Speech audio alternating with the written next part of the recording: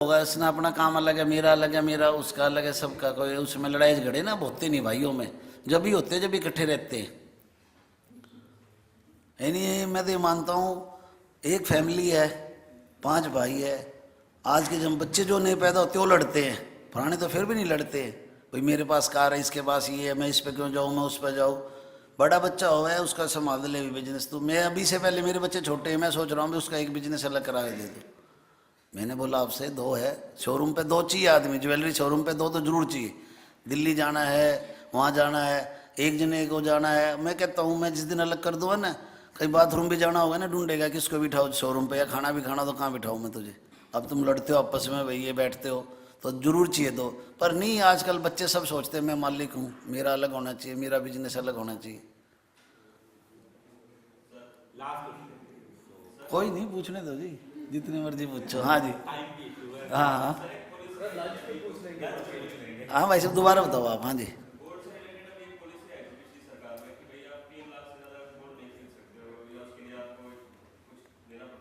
Pan number चाहिए उसके लिए, मैं बता देता हूँ। हाँ, गोल्ड के लिए जो पॉलिसी आई थी, ये जो 2 नंबर में पैसा लगता था गोल्ड में बहुत ज़्यादा, कोई आदमी जाए जितना ले लो, अब भी ले लो आप 2 नंबर में, ये बात नहीं बंद होगा बिल्कुल भी। पर अब मैं जो बिल कटेगा मेरा भी जो भी है, आप मेरे से 5 लाख का गोल्ड खरीदते हो, चेक दो मैं दूँ आपको, आपका पैन नंबर लेना पड़ेगा, मैंने भाई मैंने खरीदा है।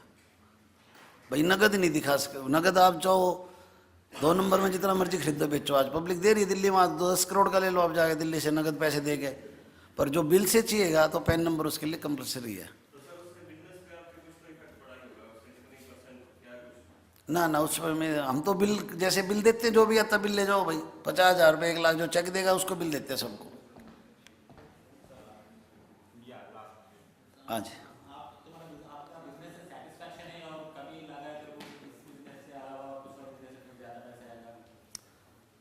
मैं तो सेटिस्फाई, पर ज्वेलरी के बिजनेस में रिस्क है बहुत ज़्यादा, मैं ये मानता हूँ। जान का भी रिस्क है, आजकल थ्रेडिंग होती है, मंथली मांगी जाती है, या दुकान लूटने के लिए भी आते हैं आदमी ना, कोई भी सूट, भाई दुकान में 2 करोड़ का माल धरा है, एक बार गोली। सबसे ज़्यादा रिस्क बिजनेस में ये मानता हूँ मैं, ज्वेलरी के में चोरी का भी डर होता है। भाई एक चैन उठा लेगा, 1 लाख रुपए की चैन चोरी हो जाती है। आजकल तो कैमरे लगा दिए, और फिर भी हर चीज़ लगाने के बाद भी चोरी होती है। औरतें आती है 5-5 बातों में लगा लेती है, अंगूठी डालती है, यानी जोर लगा लेते हैं, साल में 2 साल में एक बार जरूर सामान कुछ ना कुछ चोरी होता है। कैमरे में ढूंढते हैं, पता लगा हाँ भाई लेके गई, अब क्या करें, कहाँ ढूंढे उसको।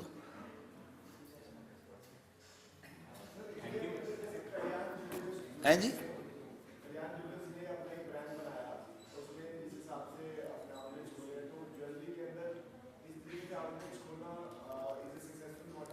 सोनीपत में नहीं है, दिल्ली में जहाँ बड़े बड़े जैसे साउथ दिल्ली है, जो आदमी ना पैसा नहीं देखता, क्रेडिट पसंद आया क्रेडिट कार्ड दिया, ले साइन किया। ना ना, जिसका एरिया अच्छा है, मैं बताता हूँ, जो ब्रांड है, जैसे तनिष्क ब्रांड है, गीतांजलि है। हमारे सोनीपत में तो आदमी पूछता सोना कितना है, ये कितना सामान है इसमें, ये है। साउथ दिल्ली या जो बड़ा शहर पैसे वाले वो नहीं पूछते, उसको तो चीज़ पसंद आई, जेब से कार्ड निकाला, स्क्रैच किया, साइन किया, चलो भाई, वो देखते हैं। सोनीपत के लिए नहीं मानता मैं ब्रांड कोई कामयाब होता है। यहाँ आए हैं, अभी खुला था सेक्टर में एक, वो बंद होगा, गीतांजलि वालों का शोरूम खुला था।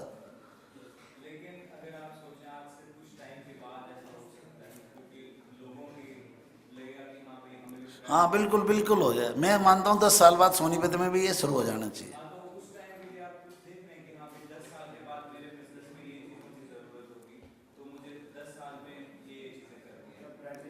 हाँ हाँ बिल्कुल, अभी 10 साल बाद की बात हो, अभी तो नहीं।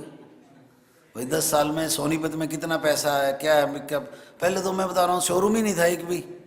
जैसे अब नाइक के जूते के कौन जूता पहनता था 5,000 रुपये का, 10,000 रुपये का, 8,000 का। अब पूरी भीड़ होती है जूते, पहले तो 200-500 रुपये का जूता आई। रीबॉक का जूता है, दूसरा नाइक का जूता 5-5, 10-10 हज़ार रुपये का, सोच भी नहीं सकते थे आप खरीद लोगे। अब तो जिसने देखा भाई, जमीनें इतनी बिक रही हैं करोड़ों रुपए की, मैं तो देखता हूँ वही ज़्यादा खरीदते हैं। Okay, we can continue this over lunch. I think Satpal will be there for us for lunch anyways.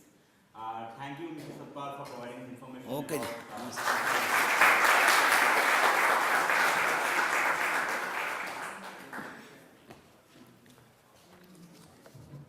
Thank you so much, Satpalji.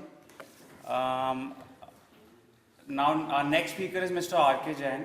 I'd like to just give you a brief profile of Mr. R.K. Jain. Mr. R.K. Jain is a renowned social activist, philanthropist, educationist, and a president of India Body. And he's also the founder chairman of the APAR group of institutions. And sir, we'd like for you to share your insights about your experiences, entrepreneurial experiences. So please can I have a round of applause for Mr. R.K. Jain?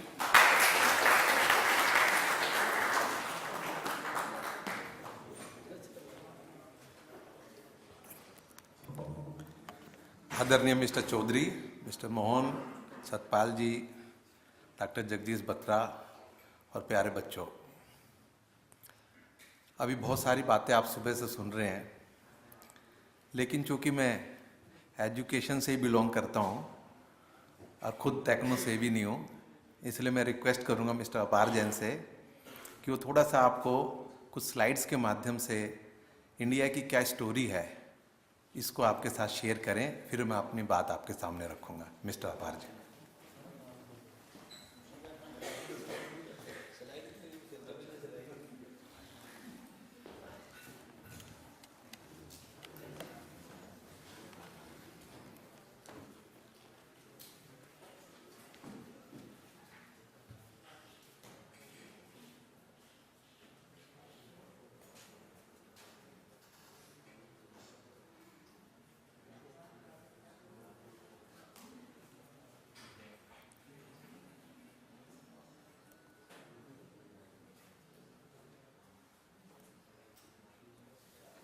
Hello, good afternoon.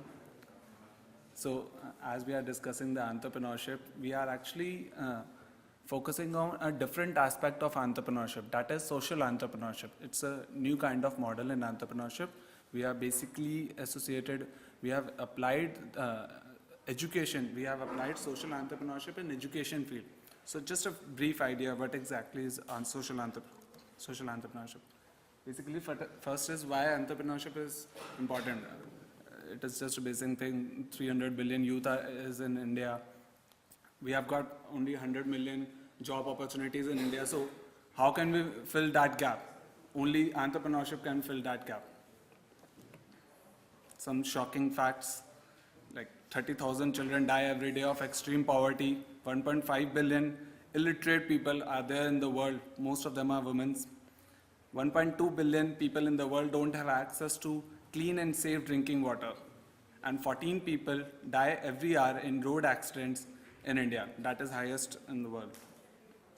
So we are in education field. So some of the fact in education field, GER, it is the gross enrollment ratio. How many students are actually going for higher education after completion their 12th? So in India, it is around 20%. It means only 20% are actually going for higher education. 80% are getting dropped after 12th class. World average is 30%. In developed countries, it is around 45%. India's 2020 target is to raise that gross enrollment ratio to 30%. So for that, India needs 1,500 universities, as of 656 universities as of now. So what solution do we have for these problems that we have discussed? Government alone cannot actually do that. We all know the limitations we have in government. The corruption is the issue. There are inefficiencies, the bureaucratic environment and everything. Government alone cannot be the answer for that. Some of the NGOs are also working, but there are also limitations for the NGOs. They actually raise money from the external sources. Most of the time, actually, the energies and time is spending on raising the money rather than implementing the plan. So what could be the other thing? The other thing is social entrepreneurship. What exactly is social entrepreneurship? Social entrepreneurship is creating some kind of business model to eradicate these kind of social problems. So social work bhi hai, साथ में business bhi hai. So this is called social entrepreneurship. It is a self-sustainable model. कोई आप funds नहीं raise कर रहे, कोई external sources से आप funds नहीं ले रहे. It is a self-sustainable model. बहुत सारे हो सकता है आपको पता हो. There are so many models that is going on जहाँ पे social entrepreneurship is successful. तो just ये 4 steps है कि what exactly is needed for social entrepreneurship model.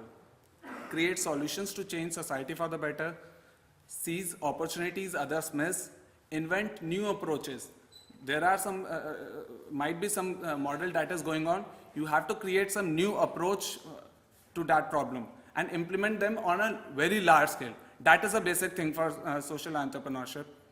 So I would like to invite Mr. R.K. Jain. He'll tell you how we have implemented this in our institution, in education field, social entrepreneurship and education field.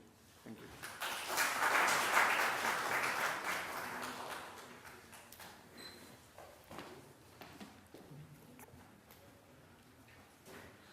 प्यारे बच्चों,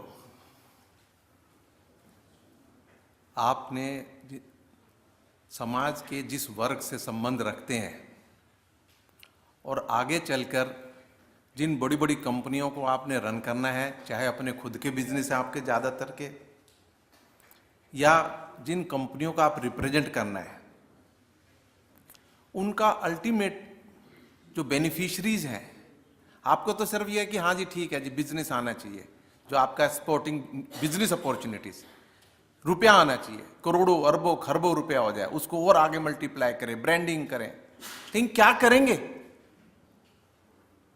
क्या करेंगे उस रुपए का? रतन टाटा जैसे ने भी रिटायरमेंट ले ली, कितने रुपए की कमी थी, कोई छोड़ता है? कोई नेता तो 90 साल का भी सोचते प्राइम मिनिस्टर बन जाए। रुपए की एक लिमिट है। और जो सबसे ज्यादा जो आप सोचते हो कि क्या बिजनेस कैसे स्पॉट करें, चौधरी साहब यही पूछते हैं मेरे से कि तुमने स्टार्ट कैसे करा था। तो उसमें ही देखो कि जो बेनिफिशरीज हैं उनका बेनिफिट देखो आप। सतपाल जैन जी ज्वेलरी बेचते हैं, अगर अच्छी स्टैंडर्ड की ज्वेलरी बेचेंगे तो बिकेगी। आज उसके अंदर ये अपनी गड़बड़ करने लग जाए तो पता लग जाएगा कि ये गड़बड़ करते हैं। तो आम जनता को उसका फायदा मिलना चाहिए। क्या है एजुकेशन? अभी बताया कि समय अब 656 650 यूनिवर्सिटी अभी हुई है, जबकि बड़ी लिबरल होगी गवर्नमेंट। सैम पिट्रोडा ने जब नॉलेज कमीशन बनाया उसमें 1500 यूनिवर्सिटीज होनी चाहिए, नहीं तो 200-250 यूनिवर्सिटीज थी। 36,000 कॉलेज हैं। उसके बावजूद जो 20% है, 19.6% जो ग्रॉस एनरोलमेंट रेशियो है, उसके अंदर भी डिस्टेंस एजुकेशन मिली हुई है। एक्चुअल कहाँ है? दिल्ली के अंदर आप पढ़ते होंगे, जब देखते होंगे, आप जैसे लोग जो बड़े बड़े अच्छी फैमिली से बिलोंग करते होंगे, तो उन लोगों को भी स्कूलों में एडमिशन की कितनी दिक्कत आती है। डीपीएस में जाना, अरे मिनिस्टर का फोन कराओ, ये कराओ, फलाना कराओ, सारा दिन मेरे पास फोन आते हैं। वो फलाने स्कूल में आपकी जान पहचान है कि आप तो एजुकेशन वाले हो। मैंने कहा भाई हम तो हायर एजुकेशन के लोग हैं, स्कूलों में वाले किसी की नहीं मानते, क्योंकि स्कूल बिजनेस हो गया। अभी इसने बिटिया ने बताया कि जो है स्कूल तो बड़े पैसे होते हैं। हम सोचते थे स्कूल जो है, हमारे टाइम में जब हम पढ़ते थे तो लोग सोशल एंगल से स्कूल बनाते थे। एडिड स्कूल का अगर आपने नाम सुना हो, ये वर्ड अगर सुना हो, 3 टाइप के स्कूल होते हैं, एक गवर्नमेंट स्कूल्स, एक private school, third are aided schools. जो प्राइवेटली मैनेज्ड स्कूल्स थे, गवर्नमेंट उनमें हेल्प करती है, जैसे डीएवीज हैं, रामजस हैं, और इस टाइप के स्कूल्स थे। मैं भी हीरालाल जैन स्कूल है सदर बाजार में 12 टूटी चौक पे, वहाँ पढ़ा। उस इलाके का डीपीएस हुआ करता था। सारे करोड़पतियों के बच्चे वहाँ पढ़ते थे और बिल्कुल कोई फीस नहीं लगती थी।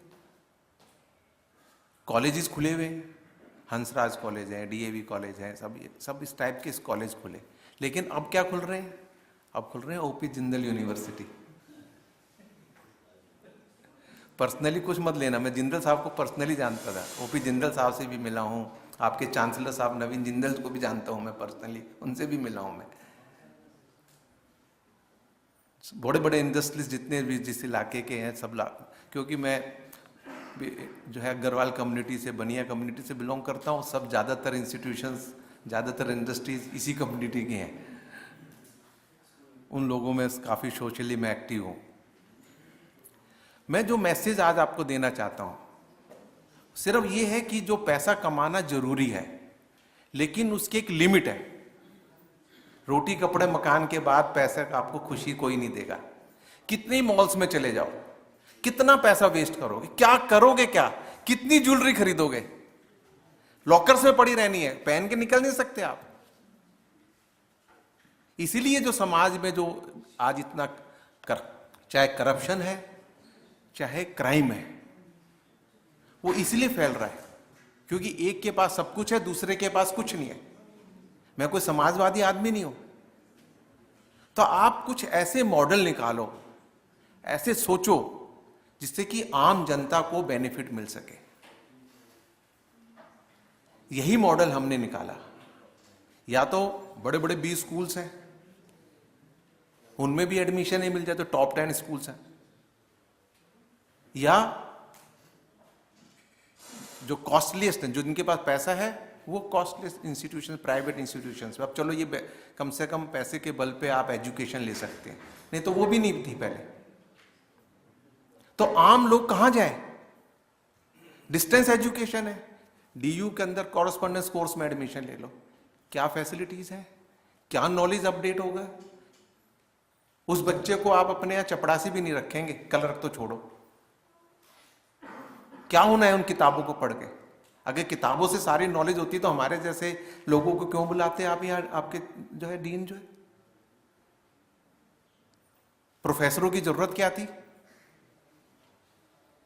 तो इसलिए हमने सोच के जो है अपना इंस्टीट्यूशन बनाया। सब लोग कहते हैं कि भाषण सारी दुनिया देती है, एजुकेशन मिनिस्टर भी कहेंगे एजुकेशन में आमूल चूल परिवर्तन होना चाहिए। करेगा कौन भाई? तुम करो, you are the education minister. Finance minister कहेंगे ये होना चाहिए, अरे करेगा कौन? लाओ, तुम लाओ भाई, कानून तुम बदलो, तो कानून बदलना तुम्हारे हाथ में। यानी सारी दुनिया हिंदुस्तान में, हिंदुस्तान बड़ा मजेदार देश है, यहाँ फैसिलिटीज और मतलब क्वालिटीज भी बड़ी अच्छी हैं, लेकिन यहाँ ढकोसलेबाजी भी बहुत है। हिपोक्रेट सोसाइटी बोलते हैं इसलिए आप लोग सब उसको। सच पे नहीं चलना चाहते, और सच पे चलने वालों को बड़ी दिक्कत आती है। जैसे भी पूछा भी आपने एक्रीडिटेशन कैसे लिया, लेकिन मैं आज आपके सामने ये साबित करना चाहता हूं कि सच पे चल के भी जिंदगी के अंदर कामयाब हो सकते हो आप। मैं हूं, दुनिया की सारी फैसिलिटीज मेरे पास है, सारी टॉप से टॉप गाड़ियां मेरे पास है, हर प्रकार की फैसिलिटीज है, सैकड़ों बंदों का स्टाफ है। अब यहां आपके पास भी आया तो 4 बंदे मेरे साथ आए हैं, मीडिया यूनिट मेरे साथ आई है। हर प्रकार की दुनिया की, और कोई गड़बड़ नहीं करता, पूरे टैक्स देता हूं। सारे ऑफिस को कंप्लीट इंस्ट्रक्शंस है, कुछ भी लेना है तो बिल से ही सामान लेना है, पूरा इनकम टैक्स देना है, ईएसआई, पीएफ। अभी चालू हुआ था कि भाई जो है एजुकेशन में और हॉस्पिटल में, उसके अंदर भी ईएसआई लागू हो गया। किसी ने भी नहीं किया होगा, आपकी इंस्टीट्यूशन में भी नहीं होगा कि ईएसआई, जबकि कंपलसरी है, आप पता कर लेना। लेकिन मैंने लागू किया अपने यहां, ईएसआई, पीएफ सब देंगे, जो कुछ है गवर्नमेंट के रूल्स है, सब कुछ उसके मुताबिक चलेंगे, और उसके बाद भी सक्सेसफुल है। ईमानदारी से भी आदमी जिंदगी के अंदर कामयाब हो सकता है। यही मैसेज मैं अपने स्टूडेंट्स को देता हूं। आज मेरे पास भी 4000 स्टूडेंट्स पढ़ते हैं, 100 के करीब फैकल्टी और अदर स्टाफ है, 4 सेंटर्स मेरे पास चलते हैं। कोई बिल्कुल भी, आप देख सकते हैं हमारी वेबसाइट है aparindiacollege.com, गूगल के अंदर आप सर्च करना अपार इंडिया, आपको 100 पेजेस के तक हमारे बारे में स्टोरी मिलेगी। मेरी खुद की वेबसाइट है rkjain.in। सब कुछ, और सब कुछ बिल्कुल एक नंबर में करते हैं, सारे डिपार्टमेंट्स।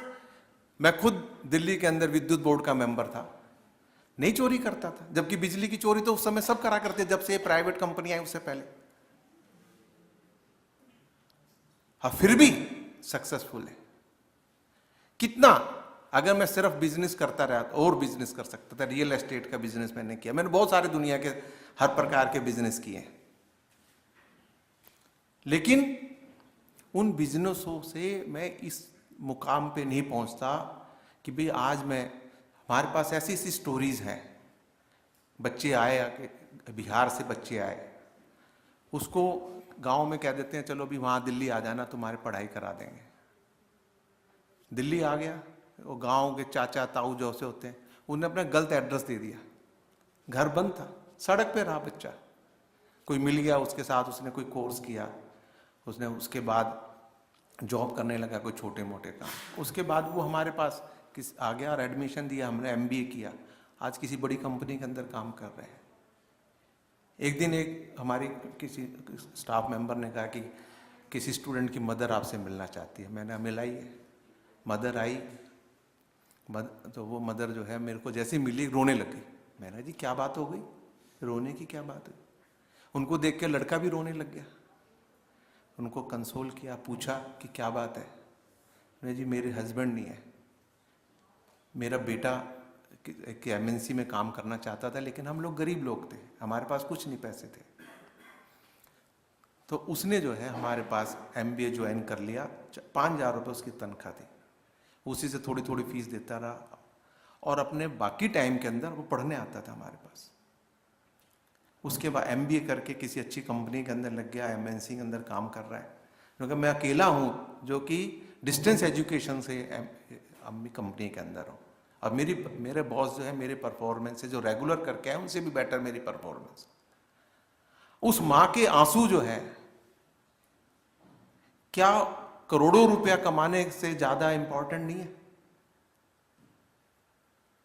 कहां से रुपए लाएंगे? ऐसे ऐसे हमारे पास ऐसी हजारों स्टोरीज हैं, हजारों। आज हिंदुस्तान की कोई ऐसी कंपनी नहीं, 5,000 कंपनीज के अंदर मेरे स्टूडेंट जो है काम करते हैं। 5,000 कंपनीज, नॉट 5,000 स्टूडेंट्स। जो लोग इंटरव्यू लेने आते हैं, ज्यादातर लोग हमारे तो जो है वो हमारे स्टूडेंट ही होते हैं जो प्लेसमेंट के लिए आ रहे हैं। आज इतना बड़ा हमारा